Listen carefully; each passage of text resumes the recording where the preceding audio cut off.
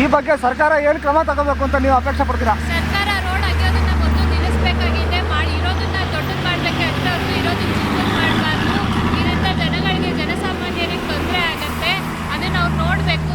ಇದು fly over ಅದು ಇದನ್ನೆಲ್ಲ ಮಾಡೋದು ತಡೆದು ಇರೋ ರೋಡನ್ನು ಉದ್ಧಾರ ಮಾಡಬೇಕು ಅಂತ ನಾವು ಸರ್ಕಾರನ ಕೇಳ್ಕೊತೀವಿ. ಇವಾಗ ಇಲ್ಲಿರೋ ಬಂಡೆಗಳೆಲ್ಲ ಬರೀ ಮಣ್ಣಿನ ಬೆಟ್ಟ ಇರೋದ್ರಿಂದ ಮಧ್ಯಗಳೆಲ್ಲ ಬಂಡೆ ಸೇರ್ಕೊಂಡಿದೆ.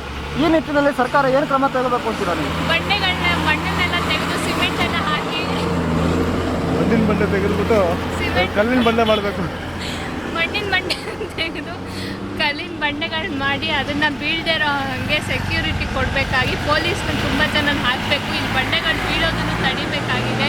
ಕೆಲಸಗಾರರಿಗೆ ಹೆಚ್ಚು ಅನುಕೂಲ ಮಾಡಿಕೊಡ್ಬೇಕಾಗಿದೆ. ಇಲ್ಲಿ ಕಷ್ಟಪಟ್ಟು ದುಡಿತಿದ್ದಾರೆ ಕೆಲಸದವರು,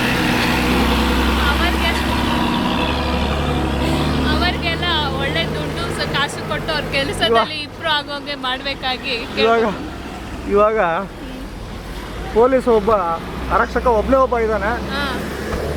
ಬರೀ ಅಲ್ಲಿಂದ ಬದರಿಯಿಂದ ಬರೋ ಗಾಡಿಗಳು ಮಾತ್ರ ಬಿಡ್ತಾ ಇದ್ದಾನೆ.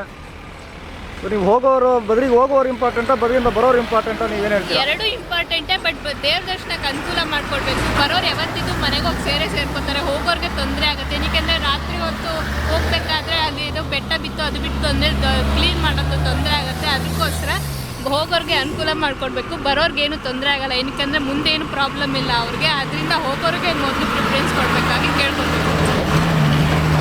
ಆನಂದ್ ಜೊತೆ ಸುಧಾ ಆಂಟಿ, ಆನಂದ್ ನೈನ್ ಬೆಂಗಳೂರು. ಆನಂದ ಇರುತ್ತೆ.